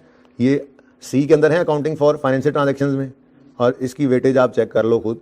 तो भाई इसको ईजी नहीं लेना। 30 से 40, मैं 35 कहता होता हूँ, हालांकि ये 40 से 45 भी हो सकता है, मर्जी है उसकी, वो लिखा होता है उसने, ठीक है ना। 25 भी हो सकता है, लेकिन नॉर्मली देखो वेटेज दी हुई है, 35 नंबर का पेपर आपने तैयार कर लेना है इसमें, ठीक है ना।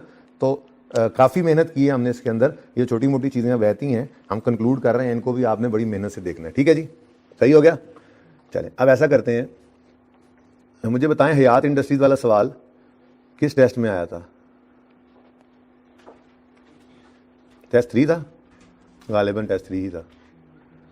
नहीं ये तो ये तो इम्पेयरमेंट था, टेस्ट 2 होगा फिर।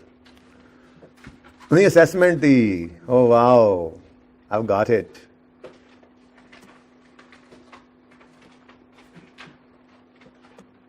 मुझे ना इसके सोल्यूशन से मकसद है इस वक्त। ओके जी,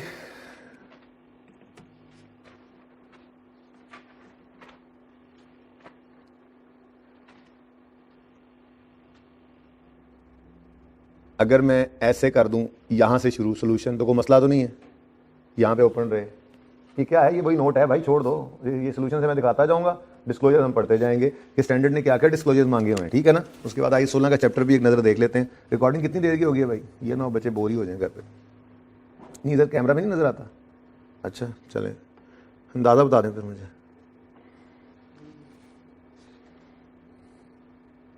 कोई अंदाज़ा नहीं? चलें ठीक है, ओके। कोशिश करता हूँ अगले 20 मिनट में क्लास को रोक दें, ठीक है ना। जितना हो गया कर लेंगे, ठीक है ना। 20 मिनट और पढ़ लो, है ना हिम्मत? ओके। घर बैठे हुए तो टेक लगा के बैठूंगा, उन्हें क्या मसला है? ओके जी, ये हैं जी हमारे नोट्स IAS 16 के। ज़रा इनको गो थ्रू भी करते चलें फटाफट। हैं जी? हाँ जी, हैं जी भी खुद करता हूँ आज मैं, हाँ जी भी खुद करता हूँ। देखो कितना मैं आज बोर हो रहा हूँ भाई। देखो कल है संडे, ठीक है, नया काम कोई है नहीं, ठीक है। पूरी एफर्ट लगानी है, ये काम थोड़ा ज़्यादा लग रहा है मुझे, लेकिन देखो ना ये काम अब अच्छा है ना, सिमट जाएगा। मंडे में भी थोड़ा वो हल्की आंच वाला नया काम हो रहा होगा, तब तक ट्यूसडे को आप फिजिकली आ भी जाएंगे, ठीक है ना। तो ये चीज़ें जो हैं ये आपने कोशिश करके कंप्लीट कर लेनी है, ताकि नए जज्बे से नया एरिया स्टार्ट करें। और ये देख लें आप 35 से 40 नंबर का ये एरिया है, ये बहुत ही ज़्यादा वेटेज है, थोड़ी वेटेज नहीं है। इस पर हमने गलत टाइम नहीं लगाया। हमारे लेक्चर्स 110 के आसपास होते हैं, ठीक है। हम कौन से लेक्चर पे पहुँचे हैं आप देख लें, तकरीबन हम वेटेज के हिसाब से टाइम लगाकर चला करते हैं, उसमें कोई ऐसा मसला नहीं है, ठीक है ना। तो काइंडली आपने ये कोशिश कर लेनी है, ठीक है। एक लर्निंग ऑब्जेक्टिव 1 को पढ़ना है, पढ़ते देखते जाओ। बुक्स ओपन कर लो, पेज 1 अपनी किताबों का। या ये 16 चैप्टर 1 पेज 1 सबसे पहला पेज किताब का टिक करते जाओ कि ये सब कुछ हमने पढ़ा हुआ है, पता तो हो। और ये सिर्फ एक दफ़ा देखना है आपने, ये इंट्रो वाले कॉन्सेप्ट्स हैं, ओके। कैपिटल रेवेन्यू एक्सपेंडिचर, उसके बाद ये डिटर्मिनिंग कॉस्ट ऑफ एसेट, ये वाला सफ़ा आपको मैंने लेक्चर नोट्स में दिया था जब हमने डिस्कस किया था इसको, यहीं से उठा कर दिया था। तब तक बुक नहीं ना आई हुई थी, तो इसलिए ये चैप्टर दिखा रहा हूँ क्योंकि बुक नहीं आई हुई थी, ठीक है ना। तो ये वो कॉस्ट के अंदर क्या कुछ आता है, क्या कुछ नहीं आता, देखो तो सही यार क्या कुछ आएगा जी। कॉस्ट के अंदर एलिमेंट्स ऑफ कॉस्ट में ये वाला सफ़ा याद करो, purchase price, import duty, non refundable taxes, याद आ रहा है कुछ? डायरेक्टली एट्रीब्यूटेबल कॉस्ट में क्या हो क्या ना हो, कुछ एग्जांपल्स, कुछ चीज़ें एक्सक्लूजन्स थी, ठीक है। तो ये इसको सारे को पढ़ना है और जो डिस्कशन वाली बात होगी वो डिस्कशन करेंगे, और जो इसमें से मैं कहूँगा ना कि नहीं करना छोड़ दें उसको, वो फिर छोड़ भी देंगे। अब ये आप कंफर्म करेंगे तो ही आगे चलेंगे ना हम। तो मैं कॉन्फिडेंट, पता है क्या, पीछे की फिक्र ही पड़ी रहेगी मुझे अगले टॉपिक्स के अंदर, अगर ये छोटी मोटी चीज़ें रह गई तो। जब छोड़ा कुछ भी नहीं है तो बस थोड़ी सी मेहनत ही करनी है ना, ठीक है। तो पूरा चैप्टर जस्ट पढ़ना है। ये रोड इंटरनेशनल वाली एग्जाम्पल मैं अभी आपको करवाने लगा हूँ, ठीक है, इंशाल्लाह भी करते हैं इसको, रोड इंटरनेशनल लिमिटेड, ओके। लेकिन पहले डिस्क्लोजर्स करेंगे, उसके बाद सब्सिक्वेंट एक्सपेंडिचर है, सब कुछ पढ़ा हुआ है आपने। अगर इंप्रूव कर दिया एसेट की खर्चा तो वो कैपिटलाइज करेंगे, अगर मेंटेन रखे तो उसको एक्सपेंस आउट करेंगे, और रिप्लेसमेंट ऑफ पार्ट है तो क्या करेंगे, अगर पुराने का डिस्पोजल रिकॉर्ड, सब कुछ पढ़ रखा है भाई। सिर्फ एक नज़र किताब से देख के ये इंश्योर कर लेना कि हाँ ये सब कुछ हमने पढ़ा हुआ है, ओके। लर्निंग ऑब्जेक्टिव 3 में डेप्रिसिएशन की डिस्कशन है। ये सारी बातें आपको मैंने करवाई हुई हैं, पढ़ाई हुई हैं, दिमाग में बिठाई हुई हैं, याद करवाई हुई हैं। एक नज़र सिर्फ पढ़ लेना, यहाँ कोई अनहोनी चीज़ तो नहीं लिखी हुई। कोई अनहोनी चीज़ मिले प्लीज़ लेकर आना है आपने इसको, ठीक है। डेप्रिसिएशन टिक करते जाएं। मेथड्स में स्ट्रेट लाइन, रिड्यूसिंग बैलेंस हो गया। उसके बाद आउटपुट मेथड हुआ है, नहीं हुआ? अच्छा चलो लिखा होगा, वैसे मेरे ख्याल में सम ऑफ ईयर नहीं हुआ, आउटपुट तो हो गया था। हमने होमवर्क में वो डेल्टा वाला सवाल गालिबन किया था शुरू में, तीसरे चौथे लेक्चर के अंदर, तब हमने कर लिया था। बहरहाल चलो ठीक है, कोई बात नहीं, पेंडिंग में लिखा हुआ तो दोनों कर लेंगे, नो इशू। ये लिखा रहे, कोई मसला नहीं, बरकत के लिए कुछ रहना भी चाहिए।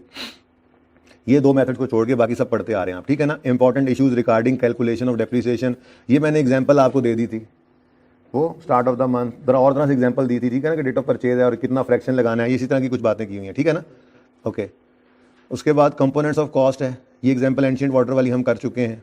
इससे भी ज़्यादा अच्छे लेवल की दो चार चीज़ें और डाल के इसमें हमने कर लिया था, ऐसे ही है। चलते जाओ आगे, चलते जाओ। इन्होंने तो सिर्फ एंट्रीज की हुई हैं, हमने इसका नोट भी बना डाला था, याद है? और बोलो तो recording depth in the books of account, क्या बस इनमें चेंज इन एस्टीमेट। अब आपने चेंज इन एस्टीमेट को क्या सिर्फ देखना है कि हेडिंग हाँ हमने ये किया हुआ है, उसके अलावा क्या करना है आपको? सब कुछ आता ही है। ये एग्जांपल्स आपने देख लेनी है, दिल करे तो किसी भी वक्त कर लेंगे। डिस्पोजल सिर्फ अंग्रेजी पढ़ते जाना है, ठीक है, सिर्फ अंग्रेजी पढ़ के एक दफ़ा इंश्योर करना है इसमें से कुछ भी नहीं हमने छोड़ा हुआ है, सिवाय अभी तक जो मैंने देखा उसके अंदर मिसिंग क्या चीज़ थी, एक क्या सम ऑफ ईयर डिजिट और दूसरा आउटपुट मेथड, ठीक है जी, ओके। उसके बाद ये देखें जी, ये एक चीज़ लिखी हुई है, calculation of cost of disposal if book value is given, reverse back working. ये कहाँ किया था हमने? ये हमने नहीं किया था। ऐसे ना सर हिलाओ अब्दुल्ला, ऐसे ना सर हिलाओ, इंट्रो में नहीं किया था, यहाँ भी किया था मैंने। अकमल ब्रदर वाला सवाल आपको करवाया था, इधर ही करवाया था, कॉस्ट मिसिंग थी, वही सवाल इंट्रो वाला ही था, वो इंट्रो में भी वही करवाया था, यहाँ भी वही करवाया था। ऐसे कैसे आप कह सकते हो? और वो रिवर्स वर्किंग जो आप सोच रहे हो उसको छोड़ दो, वो इंट्रो के लेवल की बात थी, वो यहाँ पे टेस्ट नहीं होनी, ठीक है ना। वो रिवर्स वर्किंग क्या थी, वो जब MJE वाला सवाल किया था, है ना, बड़ा खराब सा सवाल था, पता नहीं कैसे, वो उसको छोड़ दो, ठीक है ना। रिवर्स वर्किंग ये क्या लिखा हुआ है, calculation of cost if book value is missing, ये हमने काम किया था, ठीक है ना। तो जो लेवल FAR 1 की किताब के अंदर ICAP का है, जिस चीज़ को टेस्ट करेगा वही लेना हमने, ठीक है ना। डिस्पोजल थ्रू एक्सचेंज किया हुआ हमने, एक्सचेंज मसला ही कोई नहीं, बस पर एक दफ़ा सिर्फ इंश्योर करो कि इतना लंबा चैप्टर है, इसमें क्या था, अच्छा हमने सारा कुछ ही कर लिया। ऐसे थोड़ा ही हमने 18-19 दिन लगाए थे इसके ऊपर, और 18-19 दिन नहीं थे, इनफैक्ट समझो 42 दिन उसी पे ही लगे हैं, कहीं जान छोड़ी IS 16 ने। तो मैंने 18 लेक्चर्स के बाद उसको रोक जरूर दिया था, उसकी वजह ये थी कि हर एक के साथ मिक्स करके भी तो उसको देना था। जब IS 36 पढ़ा तो उसके साथ मिक्स करके हमने टेस्ट के अंदर देख लिया, फिर उसके बाद हमने IS 23 पढ़ा, हयात इंडस्ट्री में उसको मिक्स करके देख लिया, ठीक है। फिर IS 20 गवर्नमेंट ग्रांट पढ़ा, अब तो उसको तो देख ही चुके हैं बड़े अच्छे लेवल पे, ठीक है, बात समझ रहे हो ना। तो IS 16 पे तो अब अभी तक मतलब ये ऐसा ही था, इसको बंच में रखा ही इसलिए था कि वेटेज भी है और कनेक्शन भी है, टेस्ट भी इकट्ठा होता है, हम पढ़ेंगे भी इकट्ठा ही, ठीक है ना। तो उससे में फ़ायदा हुआ अल्हम्दुलिल्लाह, मुझे तो फ़ायदा हुआ, आपको पता नहीं हुआ या नहीं हुआ, ओके। ये देखें जी, cost of exchange asset in certain circumstances, ये सिनेरियोज हमने क्लास के अंदर बनाए थे, वो याद है। Cost of asset, new asset in exchange, वो 3 सिनेरियोज, ठीक है। अगर बुक वैल्यू, अगर फेयर वैल्यू दोनों गिवन हो तो ओल्ड की लेना, याद आ रहा है, वही बात लिखी हुई है, एक नज़र देख लेना, कोई नई चीज़ नहीं है। हम chapter asset account book value पे बनाना सीखा था, रिवाइज किया था ना, 2-3 सवाल किए थे, ठीक है जी, सबसे आखिर में सबसे पहले किया था। एक नज़र सिर्फ देख लेना, ये काम हमने किया हुआ है, सवाल करने नहीं बैठ जाना खुदारा। ये फिक्स एसेट स्केड्यूल का डिस्क्लोजर है, एक फॉर्मेट बना हुआ, इसको छोड़ो, हम इससे बहुत आगे निकल गए हैं अब तो। ये फॉर्मेट तो बच्चों वाला है, हम इससे बहुत आगे निकल गए हैं अब, ओके। और ये असल में चीज़ थी, मैं कह रहा हूँ कि जो डिस्क्लोजर्स और उससे पीछे वाली बात, रीवैल्यूएशन तो हमने कर ली थी, ठीक है ना। ये 2 models are available, cost model, revaluation model, ठीक है ना। एक चीज बस इसके अंदर रहती है और वो है फ्रीक्वेंसी ऑफ रीवैल्यूएशन। आपने पढ़ लेना है सारा टॉपिक, सारा चैप्टर। उसके अंदर 2 चीजें पीछे आई होंगी, वो रिड्यूसिंग, वो सम ऑफ ईयर और आउटपुट। यार वो तो ऐसे ही है, बस दिल नहीं कर रहा, किसी वक्त भी दिल क्या करा दूंगा वो, ठीक है ना, कोई इतना मसला नहीं है, ठीक है। आपको पता है इंट्रो में किया हुआ आपने, बल्कि आप यूं करें ना, होमवर्क के अंदर वो एग्जांपल्स आज कर लें, 2 ही तो एग्जांपल्स गिवन होंगी बुक के अंदर, ठीक है ना, फिर मैं भी 12 रिवाइज करूंगा। उसके बाद आपको ये फ्रीक्वेंसी ऑफ रीवैल्यूएशन, आगे ट्रीटमेंट आपको सारे आते हैं, अंग्रेजी में पढ़ लेना, सिर्फ ये एक चीज मैंने पढ़ानी है। और उसके बाद ये डिस्क्लोजर, ठीक है जी, ये बस मेरे पेंडिंग है, ओके। तो ये करते हैं, इस चैप्टर को भुगता देते हैं फिर, ओके। फ्रीक्वेंसी ऑफ रीवैल्यूएशन क्या है यार, मुझे लगता है बात हुई है इसमें, सुन लो, अगर बात हुई होगी तो बता देना कि हुई है, ठीक है, नहीं हुई होगी तो अच्छा, हुई होगी फिर भी दोबारा सुन लो। रीवैल्यूएशन हमने सवालों में देखा, कभी हर साल हो रही होती थी, किस सवाल में 2-2 साल बाद हो रही होती थी। कुछ सवाल ऐसे भी देखे कि 5 साल पहले एसेट खरीदा था, 5वें साल पे रीवैल्यूएशन हो गई। जैसे वो सुपर पाइप्स था, ये जो के अंदर आया था असेसमेंट में, ठीक है, उसके अंदर क्या था, खरीदा 4-5 साल बाद रिवैल्यू किया, फिर उसके बाद दोबारा 4-5 साल बाद रिवैल्यू किया।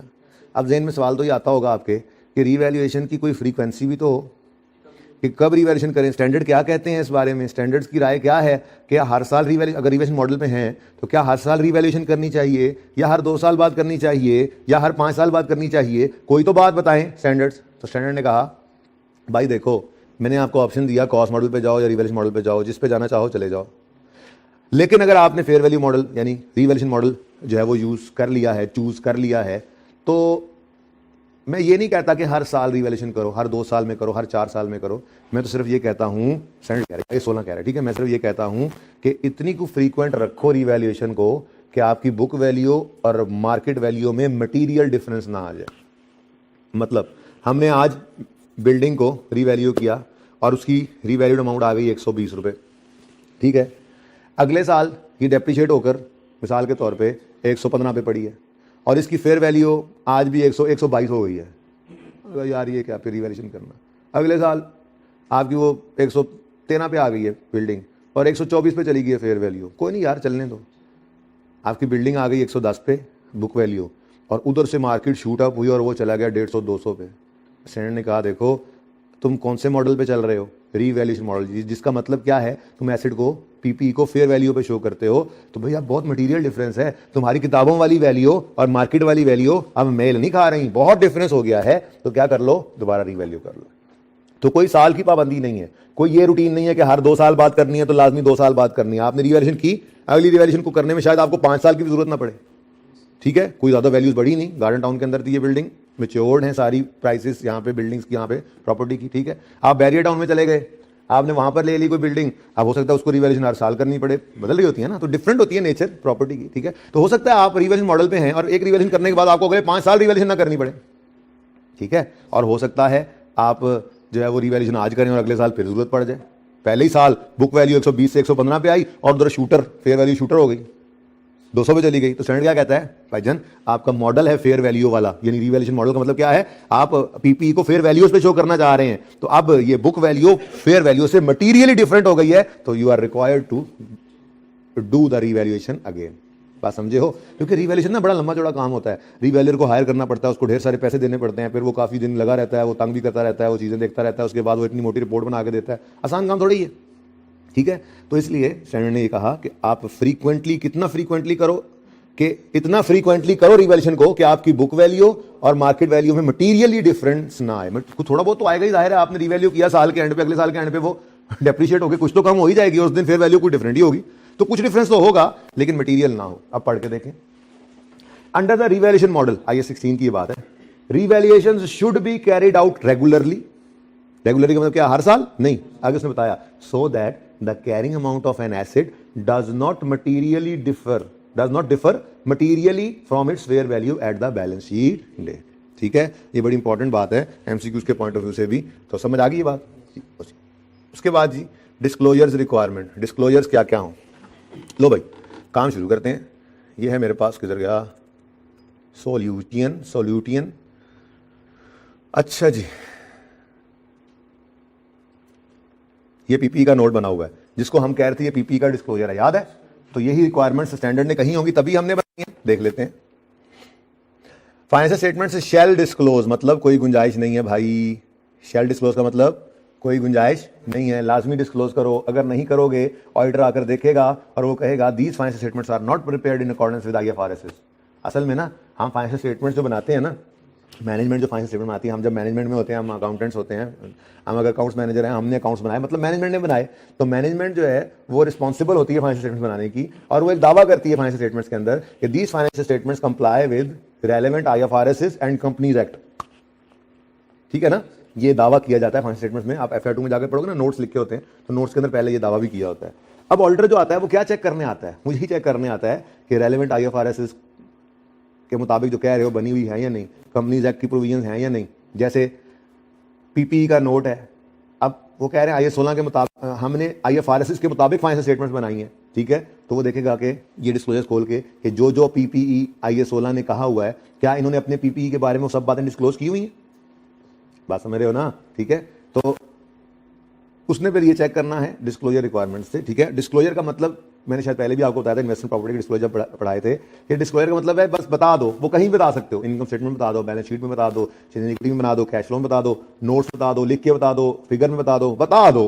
ठीक है, डिस्क्लोजर मतलब क्या है? बता दो। ठीक है, तो अगर इनमें से जरूरी डिस्क्लोजर में से अगर कोई डिस्क्लोजर नहीं देगी फाइनेंशियल स्टेटमेंट्स में, मैनेजमेंट नहीं देगी, फिर ऑडिटर क्या कहेगा? ऑडिटर कहेगा अपनी रिपोर्ट के अंदर ये फाइनेंशियल स्टेटमेंट्स हमारे हिसाब से IFRS के मुताबिक नहीं बनी। ठीक है, ओके। अच्छा, financial statement shall disclose for each class of PPE, क्या कुछ? मेजरमेंट बेसिस, डेप्रिसिएशन मेथड और यूजफुल लाइफ। हाँ भाई, ऐसी बातें बताई थी हमने, बोलो। नहीं बताई थी? आप कह रहे हो नहीं बताई थी, बोलो। और बताई थी कि नहीं बताई थी? कहां बताई थी? कहां लिखते थे यूजफुल लाइफ? बोलो, कहां लिखते थे? जहां नोट्स बनाते थे। ये देखो, मेजरमेंट बेसिस, यूजफुल लाइफ, नीचे लिखा हुआ डेप्रिसिएशन मेथड, देखो नजर आ रहा है, ये एंड पे नजर आ रहा है, ये देखो, इसको हाईलाइट करता हूं। हर क्लास के लिए बताओ ये बातें, 2 नंबर थे इसके, हर क्लास के लिए बताओ। लैंड, बिल्डिंग, प्लांट, व्हीकल, सबके बारे में बताया। ये मॉडल है, ये लाइफ है, ये मेथड है। ठीक है, ओके। नेक्स्ट आगे कहता है जी, अगली बात क्या बताओ? अगली बात ये बताओ भाई, ग्रॉस कैरिंग अमाउंट। बताया था ग्रॉस कैरिंग अमाउंट क्या होती है? ग्रॉस कैरिंग अमाउंट क्या होती है? वो एसेट अकाउंट कॉस्ट पे, लेकिन मैंने कहा था क्योंकि इसमें कॉस्ट भी हो सकती है, फेयर वैल्यू भी हो सकती है, तो इसलिए ग्रॉस कैरिंग अमाउंट लिख लो, जान छुड़ा लो। तो वो कहता है ग्रॉस कैरिंग अमाउंट का बताओ और अक्यूमुलेटेड डेप्रिसिएशन का बताओ। कब? At beginning and and. Beginning and all है, एट बिगिनिंग एंड। चलो चेक करते हैं अब ये ग्रॉस कैरिंग अमाउंट बताओ। ये देखो, ग्रॉस कैरिंग अमाउंट बताओ कब? एट बिगिनिंग, ओपनिंग आ गया, अभी रेकंसिलिएशन की बात आई, वो भी आगे की हुई है, मतलब ये नोट हमने डिस्क्लोजर को फॉलो करके बनाया। At beginning end. Gross carrying amount बताओ, ये देखो, gross carrying amount at opening and at closing, ये बोला था उसने। फिर एक्यूमुलेटेड डेप्रिसिएशन का बताओ कब? At beginning and at end. अब उसने तो एक लाइन लिख दी, हमें कितना मुसीबत से गुजरना पड़ा ये दिखाने के लिए। ठीक हो गया? ये देखो आगे कहता है a reconciliation of carrying amount, at beginning and end. Reconciliation बताओ, मतलब बिगिनिंग से एंड तक पहुंचा कैसे? उसमें शो करो एडिशंस, उसमें शो करो रिवैल्यूएशन, उसमें शो करो इम्पेयरमेंट, उसमें शो करो डिस्पोजल, उसमें शो करो डेप्रिसिएशन, एक को मैंने छोड़ दिया, acquisition through business combination, detail in CA final. ठीक है ना, इसलिए सिलेबस में है नहीं, पर चूंकि स्टैंडर्ड का डिस्क्लोजर है लिखा हुआ है, ठीक है ना, हमारे लिए रेलेवेंट नहीं है। ओके, तो हमने क्या कहा जी, उन्होंने क्या कहा जी, हर क्लास के बारे में बताओ, measurement basis, life, rate method वगैरह। ठीक है, फिर ग्रॉस कैरिंग अमाउंट और अकोमोडेशन बताओ, ओपनिंग पे और क्लोजिंग पे। नजर आ रहा है, ओपनिंग पे और क्लोजिंग पे। फिर ये ओपनिंग और क्लोजिंग के दरमियान जो, मतलब इस लाख से 1,20,000 पे कैसे पहुंचे भाई, रेकंसिलिएशन बताओ। उसमें क्या बताओ? ट्रांसफर, रिवैल्यूएशन, एडिशन, डिस्पोजल, वही बातें इसने भी लिखी हुई हैं। ट्रांसफर उसने नहीं लिखा, जाहिर सी बात है, उसने जो ये इंपेयरमेंट रिवैल्यूएशन का बताया है, तो जाहिर है ट्रांसफर करके ही रिवैल्यूएशन करनी होती है हमने। ओके, नेक्स्ट, ये हो गया काम, समझ आती है बात? अच्छा, अब ये मेन बॉडी हो गई। मेन बॉडी के अंदर ये आपको नजर आ रहा है, ये ट्रांसफर रिवेशन डिस्पोजल और ये डेप्शन ट्रांसफर डिस्पोजल। ओपनिंग से क्लोजिंग की रेकंसिलिएशन बताओ, उसने ये कहा था। ओके, ठीक हो गया, ये बात समझ आ गई। अब डिस्क्लोजर्स क्या हैं? अच्छा जी, मुझे कैमरा वाले भाई की तरफ से एक इशारा हुआ है कि आपकी क्लास का वक्त ख़त्म हुआ चाहता है, तो आप काइंडली जो है बस कर दें। तो भाई इधर देखो, ये ना ज़रा पढ़ना सफ़ा नंबर 25 पे, ये कुछ डिस्क्लोजर्स हैं। ये इंशाल्लाह कल यहीं से बात स्टार्ट करेंगे, यानी नेक्स्ट लेक्चर में। ओके, और ये मैंने डिस्क्लोजर्स पढ़ाने हैं, तो आते ही मुझे बताना है आपने कि डिस्क्लोजर्स पढ़ाओ आप, ठीक है। इसलिए अभी IAS 16 के MCQs आपके होमवर्क में नहीं है, यही 4 स्टैंडर्ड्स के MCQs आपके होमवर्क में हैं, लेकिन IAS 16 का सारा चैप्टर आपने रीड करना है, ठीक है। तो ये तो हो गया एक काम। दूसरा काम क्या है? IAS 16 whole chapter just reading. Okay, सिर्फ ऐसे गो थ्रू कर लेना है। ओके, और इधर देखो, होल चैप्टर रीडिंग, लेकिन from rise and I cap study text. थोड़ी सी एफर्ट करनी है आज जाके, ठीक है ना। थोड़ी कंप्लीटनेस इंश्योर करनी है हमने। देख तो लें, कोई ऐसी चीज़ तो नहीं है जो हमने ना पढ़ी हुई हो, ठीक है जी। तो आज क्लास वर्क के अंदर हमने क्या किया, वकास मुझे बता दीजिएगा, लेक्चर नोट्स में बना दूंगा, ठीक है जी। और भाई साहब ये लाजमी करके आइएगा, कोशिश कीजिएगा ये कल का संडे आप लगा लें अच्छे तरीके से, और ये चीज़ों को कंक्लूड कर लें। जैसे मैंने आपसे अर्ज़ किया, बहुत ज़्यादा वेटेज है इसकी, 40 नंबर की वेटेज थोड़ी नहीं होती। उसने 45 कहा हुआ है, 35 से 45 है ना, कि 30 से 40 था। चलो, तो 35 नंबर काफ़ी ज़्यादा वेटेज है, ठीक है ना। तो इस पूरे बंच को हम अच्छे तरीके से तैयार कर लें, उसके बाद इंशाल्लाह नेक्स्ट बंच की तरफ मूव करेंगे। बंच करके ही पढ़ते जाएंगे, या कहीं देखूंगा ज़रूरत पड़ी तो तरतीब बदलने की, ठीक है जी। ज़िंदगी रही तो कल मुलाकात होगी। अल्लाह हाफ़िज़, अस्सलाम वालेकुम।